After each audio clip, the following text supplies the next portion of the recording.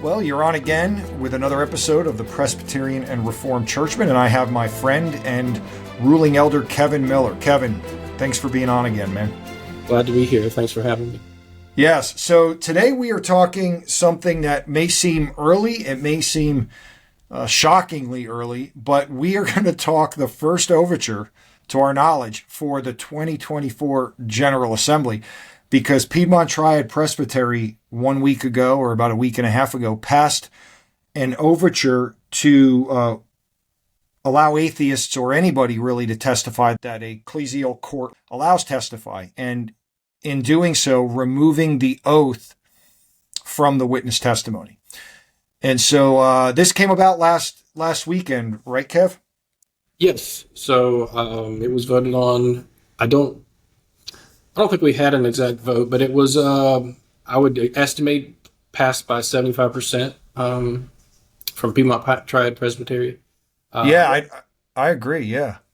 So, yeah, fairly overwhelming. And it modifies BCO 35.1 and 35.8. You may remember a few years ago, I don't know if it's 4 years ago or 5 years ago now, a committee was formed by the General Assembly to study all kinds of abuse. It took the committee, I think, 2 years to report. They asked for an extra year, and they produced what was a very substantial, over 200-page report. As a result of that, a number of recommendations were made, or suggestions, really. They didn't, I don't think they made official recommendations, but there was a lot of suggestions in there that we knew would be coming to the General Assemblies over the next couple years. And we've actually just passed one of those recommendations to protect abuse victims at this last General Assembly. So it went through the whole process a year ago. It passed the presbyteries, and then it was ratified at this last General Assembly to protect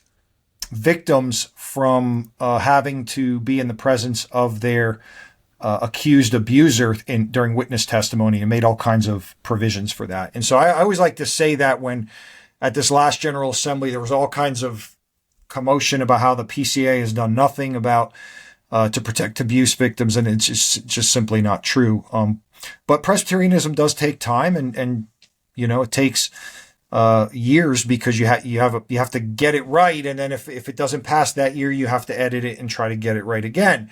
And so this last year we had Overture 13 come to the General Assembly. So there was it failed out of overtures. There was a minority report, one of the most debated topics on the floor of the Assembly, one of the closest votes for sure on the Assembly floor.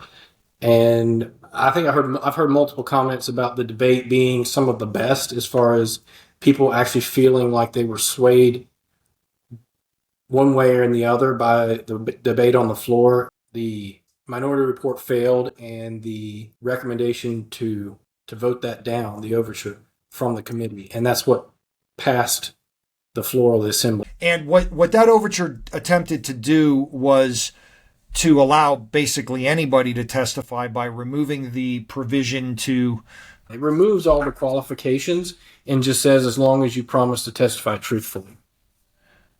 Right. So the overture from last year removed, and the qualifications mainly were, there was something about age, but they were trying to remove that, I suppose, to allow kids to testify and be given consideration. But the standard was you had to believe in God, and you had to believe that there was judgment. The argument there was, well, Muslims, for instance, will believe in God and believe in judgment. So a Muslim can testify. Why would we let a Muslim testify and not an atheist? And I do think that's a valid question. So at any rate, we knew we'd get new overtures on this, and Piedmont Triad Presbytery submitted one. Actually came out of Trinity, which is a church in our presbytery, and the couple of teaching elders there. One of them is Derek Radney. The presenter of the overture to Piedmont Triad Presbytery was Trevor Lawrence, a ruling elder, and you're probably familiar with him from various minority reports over the years and his work on overtures. Were you surprised that this came forward so soon? Yeah, it did seem early. but I guess they wanted to get the ball rolling. And if I recall, I think Trevor Lawrence may have been the primary author of the Minority Report that came out of Overtures on this. So I'm sure he was ready to get to work on this. One thing that was, I think unfortunate is we only had about 10 days with this overture, the way the docket came out. And so we didn't have a session meeting, so we weren't even able to discuss it as a session, and we weren't going to just call a session meeting for that. And so it's substantial. I think it's 7 pages long. I've never seen an overture that long, but it contains all the rationale. I don't know if that's what's going to get sent up. Can you read it? Yes. Go ahead. Walk us through it. It's amending BCO 35 in a couple of places, and walk us through some of the changes. The first change is basically to strike all of the qualifications for the current qualifications for competent witnesses, which would be a belief in the existence of God and a future state of rewards and punishment. It strikes all the language and then adds this line: any person who promises to testify truthfully can be called as a witness. And then it also modifies the language a little bit, saying that anyone has the right to object to a witness, and the court shall consider and rule on the objection. So that's the 35-1 modification. And then the 35-8 is to what was the oath. So it strikes the language of the oath or affirmation that should be administered by the moderator, and it replaces it with the court shall inform the witness that regardless of whether he believes in God or in a future state of rewards and punishment, his promise is made in the presence of God, and God will judge him on the truthfulness of his answers. The moderator shall then ask the witness the following, and it states the promise, and it strikes from the promise the existing oath. The presence of God is stricken, and at the end it says, as you shall answer to the judge of the living and the dead. So it strikes all the language from the oath that would reference God. And the rationale behind that is so that we can, in a good conscience, administer this to an atheist. So did you err in calling it an oath like you just did? You still call this an oath? No, I wouldn't. We have a whole chapter in the confession, chapter 22, that defines what an oath is. And so if I said that, I was a slip of the tongue. So see, yeah. Right. You can't help it, right? In court testimony, you swear an oath, but that is, I asked you that. It was kind of not a trick, but because it says there, any person who promises to testify truthfully. And so nowhere in there now do you see the word oath, either in the BCO instructions or in the vow that's taken. So it's a promise, and I think actually one of the authors of the overture even said, don't get hung up on the language. It's really what it's trying to accomplish is what's important. Well, we're known for getting hung up on the language. That's sort of what we do. Yes. So I want to hear more. I want to hear more about, again, the confession and just some thoughts on it. But before we get there, I want to just make clear again what's changed. So, like you said, anything to do with age, intelligence, competency, belief in God, or a future state of rewards and punishment are no longer a qualification. Now they will argue that it says either party has the right to object to a witness, and the court shall consider and rule upon the objection. So, I think what they're trying to accomplish is we're not going to let the BCO restrict who can be a witness. We'll let the court itself determine who can be a witness. Right. And then, but it's removing again the belief in the existence of God, and then they try to kind of recover that by informing the witness that their statement is in the presence of God and there are rewards and punishments, regardless of what they believe, but then they ask them to promise with no reference to that. Yes. Okay. And I think it's important, your first point about the removal of the qualifications for witness, and then it does give a sort of a wide berth for the court to determine, but it gives no guidance for how a court would make that recommendation or determination. I think that's, so it seems that this would be only as good as the members of the court are at determining, and I don't know what they're supposed to use as guidance for what constitutes a credible witness or not. Some of the rationale, and maybe we'll get there later in this, includes reference to the ARP's language concerning witnesses. And the ARP's Book of Discipline does still retain lists of things that could possibly disqualify someone from being a witness. And this leaves the PCA without any guidance as to what constitutes a competent witness. Okay. So let's get to the oath part. And so there's no reference to an oath or a vow. There's a promise that the person is making. What are some of your thoughts on that? I think, and one of the things that's not argued in the rationale, I mean, it definitely doesn't use the word oath to reference this. And it even acknowledges the fact that it could be contrary to our, to Scripture to try to administer the oath to an unbeliever.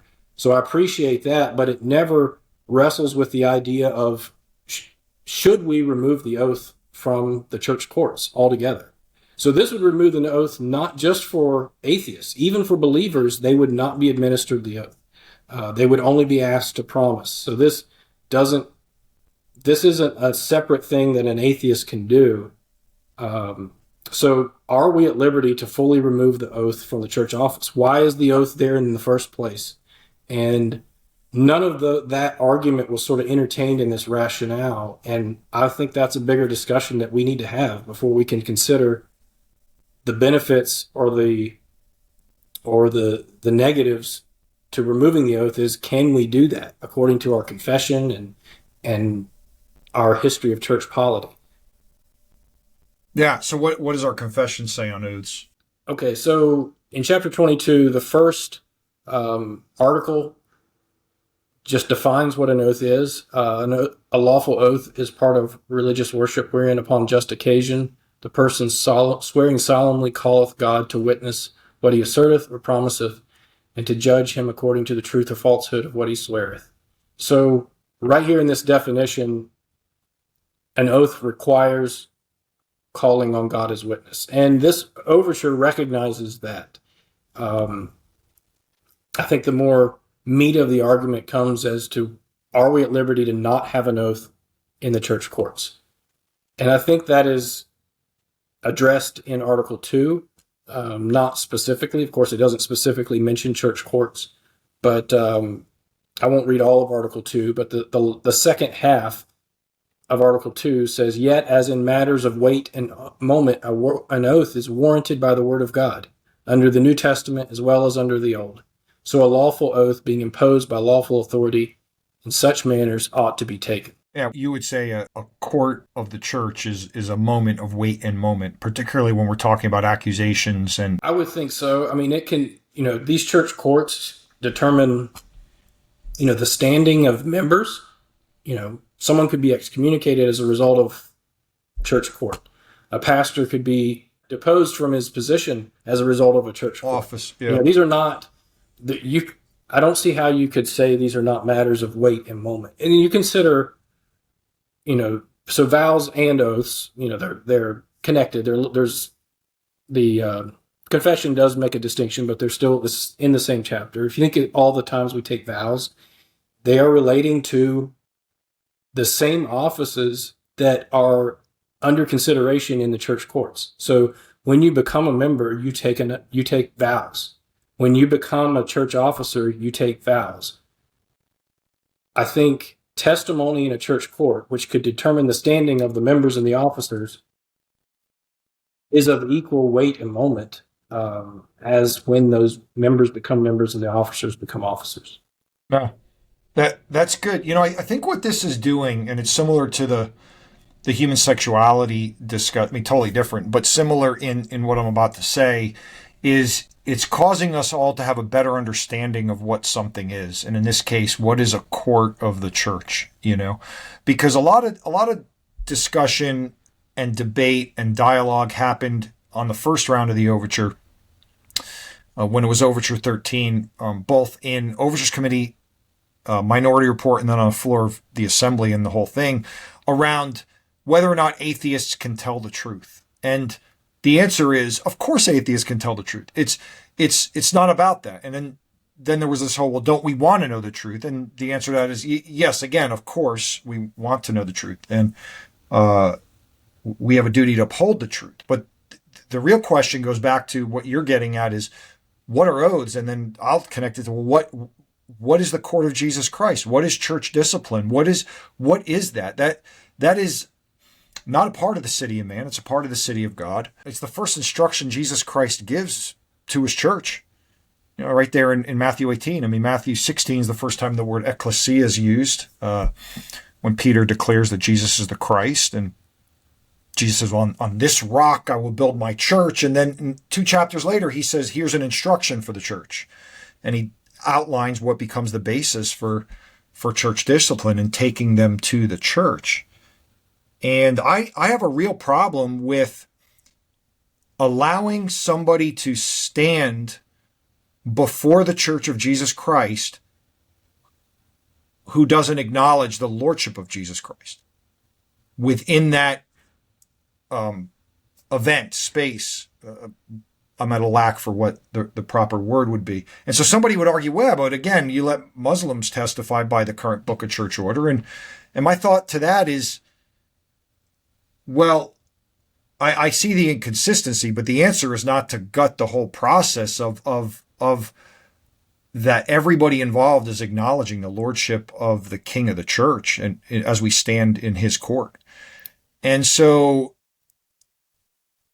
that's what I wrestle with. And I really, really wish we had more time, even as a session, to have studied this rather than, 10 days or whatever it was. It was less than 2 weeks, and there was no way. And so, I'm not afraid to say I voted against this. So I think this is going to call, we have plenty of time before next General Assembly. I thought you made a great point when we were discussing it at Presbytery, and he actually, even Dr. O. Palmer Robertson, I told you, he called me on the phone to say, who is that young ruling elder? What he said was exactly right. And it was talking about your speech about this, and you spoke about how oaths are not just to assure. I think you were saying assure us of truth. There's more to it than that. And what do you remember some of your argument beyond? Yeah. That? So the passage is slipping my mind. I think it was Hebrews. I can't remember where it was in Hebrews, but the oath is for those hearing the testimony and for those receiving, and it gives confidence in that. And the reason we know that must be true is all throughout Scripture, God places himself under oath. So do we feel like do we think God was at risk of speaking falsely or not following through with his promise? Of course, we know that's not the case. He put himself under oath for the benefit of Abraham or whoever else he was speaking to say, I will do what I said, or what I am saying is true. So it's the confidence of the hearers as well as the truthfulness of the speaker. Right. And it's Hebrews 6:13. When God made a promise to Abraham, since he had no one greater by whom to swear, he swore by himself. So he and I think took an oath by his own name. It was either before or immediately after that. It speaks of how man uses an oath as the final word.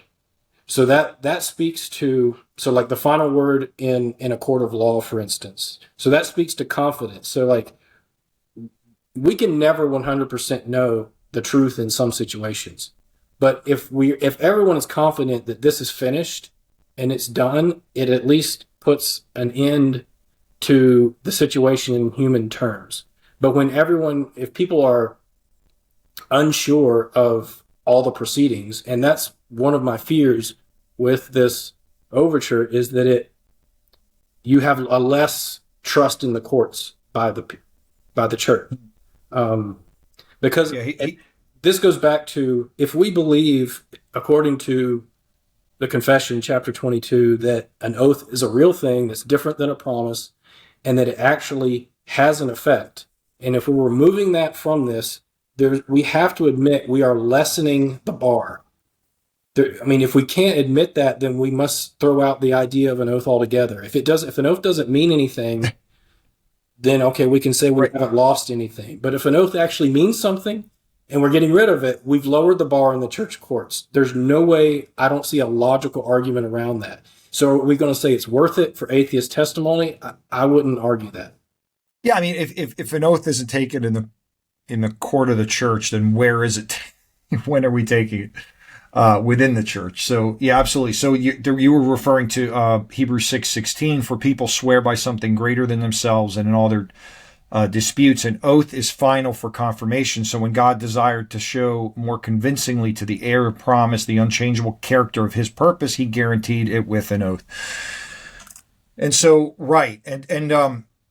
So what one concern is, what if this atheist has the only information that will exonerate? Because they did make the point that, this is not simply about a victim of abuse, but we certainly care about a victim of abuse, but it also could exonerate somebody who's accused of something falsely, and it's true. And but as we've said, and as the discussions during General Assembly kind of hit on this, like, evidence is always admissible. Like, if a crime is committed, the civil authorities have to deal with it, not the court of the church. That's their sphere. And whatever happens, whatever evidence is turned up in that public record becomes evidence that's usable in the court of the church. So that's already available. And and so they used all these anecdotes, and there's a lot of, well, what about this and what about that? But like, when has it ever happened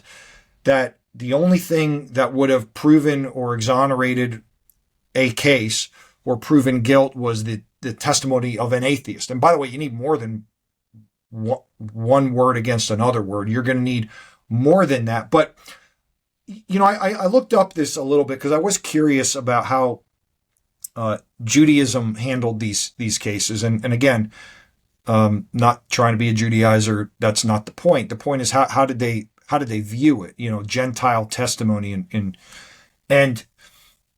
Gentiles did have rights in Israel. They were, but not the same as the covenant people. And in testimony, they distinguished between attestating and testifying. And you find this in the Talmud. And so what they would do is, if a Gentile, a non-believer, had testimony to give, it was almost like they did it in the form of a deposition outside the court. And so you're not bringing them into the proceeding, but you're receiving that testimony, and then that testimony becomes evidence that can be used. But you're not going to obviously give them an oath and have them swear something they can't swear, and you're not going to pretend like you can let them stand there and say Yahweh is not the real God either. So I think that might be something to pursue. Maybe somebody would write an overture that provide or create some kind of provision for attestating outside the court that can be used within the court. A couple of thoughts come to mind. First of all, just in no way would, I don't think either of us ever say, if an atheist came to a member of a session or a pastor and gave a report on a member, that they were in sin in some way, would we ever just disregard that report because it came from an atheist? Like, we wouldn't investigate. No. Of course not. So I just want to make it clear that this is a very fine point of who can offer testimony in a church court at an ecclesial trial that could result directly in the conviction of a member of the church body. Again, yeah, we operate according to the word, and all throughout Scripture, oaths are taken in multiple cases, and then just from a church history standpoint, I mean, this would overthrow hundreds of years of church polity that's existed and oaths that have been administered, as far as I know, as far back as really written human history. In a court of any kind, oaths are administered. Right. Right. And you made the point earlier that it's not like if an atheist or a non-believer came to us and raised concerns or made accusations that we wouldn't look into them. BCO 31.2 is all about that. It says an investigation, however originating, but there has to be some form of corroborating evidence. And honestly, like a lot of this happens outside. When we're talking to court and a trial and an oath and witnesses, we're talking about formal process. And almost no case goes immediately to formal process. Of course, abuse cases would, because you're not going to try to work that out outside of the court. But a lot of this stuff gets done outside of actual process. You hope you never have to get to process. One other thing, I know a lot of focus has been put on Westminster Confession 22, but James Bruce, who's a pastor in the PCA, wrote a great article on this of Atheists and Oaths or something like that. Do you remember the title of it? He wrote a couple articles. He actually wrote one, I believe, before of Atheists GA, and Oaths, yeah. And then he wrote one after, and he had a great floor speech at GA. So I remember a lot of what he's written and said, but I get it confused as to which article and whether it was a floor speech. But he's done great work. Right. So he raises the fact that within the court of Jesus Christ, it somebody testifying not in the name of the Lord is actually violating the third commandment. And he uses Westminster Larger Catechism 12 and 13 for that. And so 12 says, what is required in the third commandment? It says the third commandment requires that the name of God, his titles, attributes, ordinances, the words, sacraments, prayer, oaths, vows, lots, his works, and whatsoever else he makes himself known, be holy and reverently used. And then it goes on, by meditation, word, writing, by holy profession, and answerable conversation. And so he'll use that and he'll say, well, that is saying that, like, if when you're swearing, you are swearing by God. So are you doing that in a holy way if you're not acknowledging his lordship, his authority? And then I think it's even more pointed in the next question. What are the sins forbidden in the third commandment? The sins forbidden in the third commandment are the not using of God's name as is required, and has a litany of things as is usual. And it talks about oaths. And it's interesting because the scripture reference there, the proof text for Jeremiah 5:7, is taking oaths by gods that are not gods, And you say, well, an atheist is not taking an oath to any god. Well, in that case, he's promising by his own name. He's made himself a god, James makes the argument that this is actually not only a violation of Westminster Confession 22, but also of the Larger Catechism 112 and 113. And I was pretty compelled by that. What did you think of those arguments? Yes, I think so. And I think maybe some of the what the Westminster Divines had in view was not, when they spoke of from the third commandment, was not necessarily atheists, or it was maybe Anabaptists those who refuse, they believe Scripture bars us from taking oaths, and they would use other language to get around taking oaths.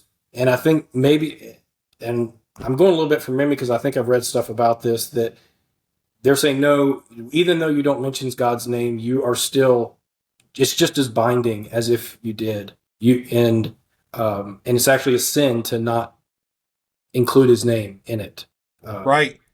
So I think it's interesting to apply that now to atheists, because I don't think they had atheists in view, but I still think it does. Yeah, Kev. Now, did you get that from your BTS, your Birmingham Theological Seminary class with almost Dr. Derek Bright? No, I can't remember. No, of so many different things I've read. There's actually in the PCA history website, which, if you haven't been there, is a gold mine for PCA documents from since our founding. Thank you, Wayne Sparkman. Yes. So there's a whole section of the website dedicated to the BCO and tracking changes in the BCO, language in the BCO. So in that section on this section 35 pertaining to witnesses, there's some footnotes, and it references I don't remember, 19th century, I think, book, and I'm not even sure if I'm saying the name right, Junkin, like DX Junkin or something that I found. It's a whole book on oaths, and I've read, I don't know, 75% of it. Really good. Highly recommend it. But I would hesitant to give an ancestor's opinion on a present day matter, but I would think he would feel very strongly about the oath being necessary in a church court. Right. I put it that way. Well, I look forward to the conversation, but I assume that there'll be a number of these that come up, and maybe not. Maybe people decide this is the one they want to vote on, and we'll have dialogue on it. I'd really love to see something along the lines of what I've already said, where we can, make it clear and have provisions for how we can get information to be used as evidence in a case from non-believers, but not admit them into the proceedings of a processed court church discipline case. And in that, I think we need to clean up the language, because I just don't think it makes sense to let non-believers who believe in God to testify in our courts either. So I see the inconsistency. And I will say about our brothers in Piedmont Triad that wrote this, I think a lot of their changes were smart. I mean, they cleaned up the language well, I think. But I think you've hit the nail on the head, Kev, about it's not about how we get the information. It's got to start with what's an oath and what is the court of Jesus, what is a court of the Church of Jesus Christ. And that's got to determine who gets to be admitted into it. So I really hope that's where a lot of the discussion goes. Yeah. And I think if we're going to make this change as a church, we need to feel the weight of this change. And it's not just simple wording like, oh, we can remove. And this is what really, I didn't really want to make this point. I didn't at Presbytery, but stricken from the oath, which is no longer an oath, it strikes the presence of God, but keeps the truth. Like the line right underneath it talks about the truth. Like if you read the BCO, like the words presence of God are stricken, and directly under it, it says that we need the whole truth, nothing but the truth. And I just think we need to feel the weight. If we're going to strike the presence of God from this proceeding, now, or at least the acknowledgement of the presence of God from the promise or the oath administered to the witness, are we going to say we can reliably retain the truth? And yes, we acknowledge that atheists can tell truth, but I think we need to realize the weight of this. And like I said, there's a whole chapter in our confession just concerning an oath. And this is a major change. It's not just wordplay. Right.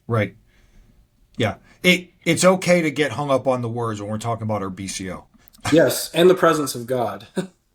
Yeah, amen. That's right. Okay, well, that's pretty much what we had to share, kind of a nuts and bolts conversation. I'm not sure I will stand by everything I said, because as I've said, we just didn't have enough time to research and think of this. Also, if you'll see, I'm gonna find that and just scroll. This is 7 pages. I've never seen an overture, so here's the rationale. Actually, I guess we could read those points. Summary of what the proposed amendment does and does not do. The amendment expands witness eligibility and permits church courts to hear the testimony of persons who are willing to affirm the revised questions. The amendment retains a party's right to object to the admittance of any witness. The amendment requires the court to inform every witness, regardless of individual beliefs, of his oath or affirmation is made in the presence of God, and that God will judge him on the truthfulness of his answers.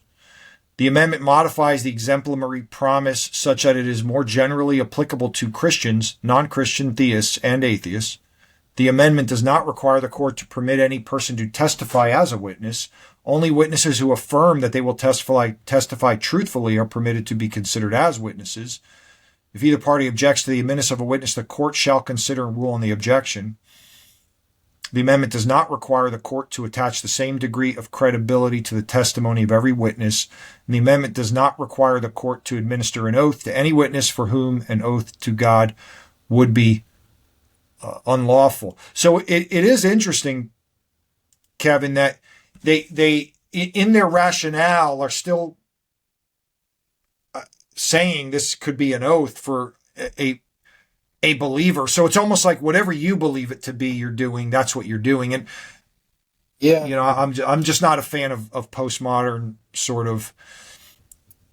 I mean, I would. It is whatever you want it to be, kind of thing. The number 4 that you read, I would take a little issue with. It says the amendment modifies the exemplary promise, and my point, and really the crux of my whole argument, is it doesn't modify the exemplary promise. It substitutes a promise for an oath. And yes, that's like I said, there are many other arguments to be had, but to me, that's the first and foremost one that we should be having. And you're right. It doesn't require, I mean, it actually disallows any oaths. If the language strictly taken does not even allow an oath. Yeah, and that's an important distinction. And honestly, I've actually heard the authors of this make that argument. The only thing that matters is what's in the BCO, not the rationale, for them to make that argument in other areas, and that's right. And so now there's no oath in there, even if their rationale is, well, it is an oath for the believer, and it's not an oath for the person who wants it just to be a promise, and we don't have to get hung up on the language. But no, I think we do. And but I'm looking forward to the debate and the discussion, and hopefully, one thing I think we've seen over the years, when you have multiple iterations of it, while it is frustrating, you do fine tune what needs to happen. And if you've only been through one round of that, it could be frustrating. But when you see sort of the fruit of going back to the drawing board or editing and coming to overtures and them editing it and the dialogue on the assembly floor, and then you realize, oh, this is actually good, So yeah, I think it would be helpful to have some guidance on what you do with something like an atheist who testifies to something. Like I said, I don't think placing them, essentially on the witness stand under oath is the answer, but I think it would be helpful to have a little bit of guidance in that. I don't know if that is BCO language. I don't know exactly what it would look like. But I think we need guidance. I think we need guidance. I think we need guidance on what other forms of valid evidence are and how and what are good procedures to present that evidence. As opposed to saying we're going to stick everybody in the court and you're making a promise and you're making an oath, and let's not worry about what that is. Just tell the truth. No, let's fine tune what evidence is and what's the process to get and the evidence, which can include attestating to something that happened for people that actually don't even have standing in the court. So. All right, man. Well, good talking to you. This might have been a little boring for people, but maybe not. I don't know. And I do have more good episodes on the way. And actually, there may be an episode upcoming where you'll be on again soon, Kev, about engineer ruling elders, as I see a 3D printer behind you in the background. Yes, that's not my field of engineering, but if I was a ruling elder worth his salt, it would be nothing but books of systematic theologies and commentaries and Puritan fathers behind me. But no, I didn't do that just for this the So I left the three. But you do it. Well, what's that stack of books behind you there? Oh, that is my reference material for my soon to be forthcoming term paper for a class I'm taking on the confession with Birmingham Theological Seminary. Awesome. And your prof there was Derek Bright, as we've already mentioned. And are you allowed to say what your next class is? Yes, I can't remember if it's called Church Polity or Presbyterian Polity, but yes, it will be with, is he Dr. Fred Greco, or is he? No. He's Mr. Moderator, though. Mr. Moderator, Fred Greco. He's listed on the BTS website as Dr. Fred Greco.